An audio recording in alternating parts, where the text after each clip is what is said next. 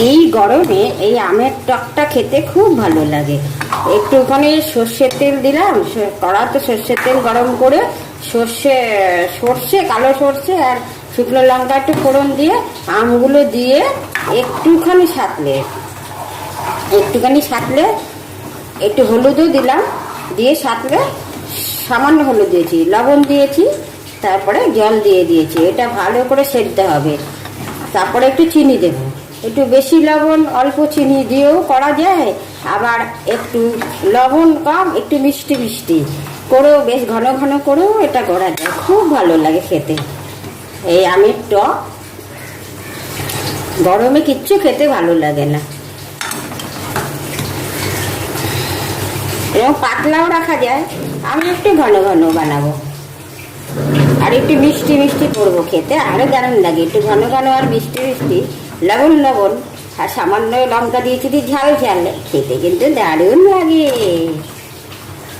এখানে রান্না করব কাতলা মাছের ঝোল। একটু পেঁয়াজ দিয়ে, টমেটো দিয়ে, আদা, জিরার গুঁড়ো, হলুদ, একটু কাশ্মীরি লঙ্কার গুঁড়ো, এইসব দিয়ে আমি কাতলা মাছটা আর এখানে আমার টকটা হচ্ছে।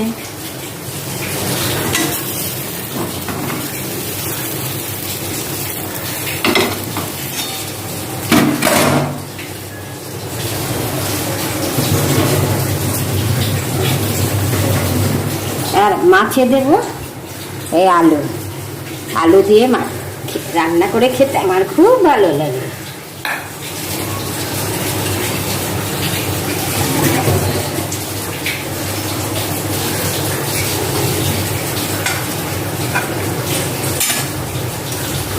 তেলটা গরম হয়ে গিয়েছে,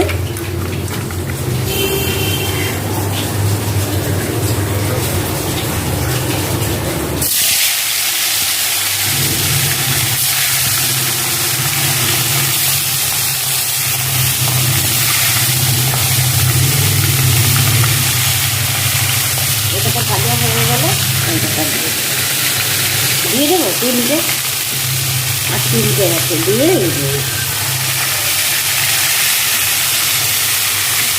বেশি করে তেল দিয়েছি তো, তাই জন্য দিয়ে দিলাম। এরপর কড়াতে তেল গরম করে গোটা জিরে তেজপাতা ফোড়ন দিলাম, তারপরে আলুগুলো দিলাম। ভাজা ভাজা হয়ে যাওয়ার পরে পেঁয়াজ কুচি দিলাম, পেঁয়াজগুলো ভালো করে ভেজে তারপরে আদা বাটা, জিরার গুঁড়ো, হলুদ, কাঁচা লঙ্কা, কাশ্মীরি লঙ্কার গুঁড়ো এসব দিয়ে নুন হলুদ তারপরে ভালো করে দিয়ে কষিয়ে জল দিয়ে দিলাম, তারপরে মাছ দিয়ে দিলাম। ঝোলটা ফুটে ওঠার পর গরম মশলা দিয়ে নামিয়ে নিলাম, হয়ে গেল কাতলা মাছের ঝোল।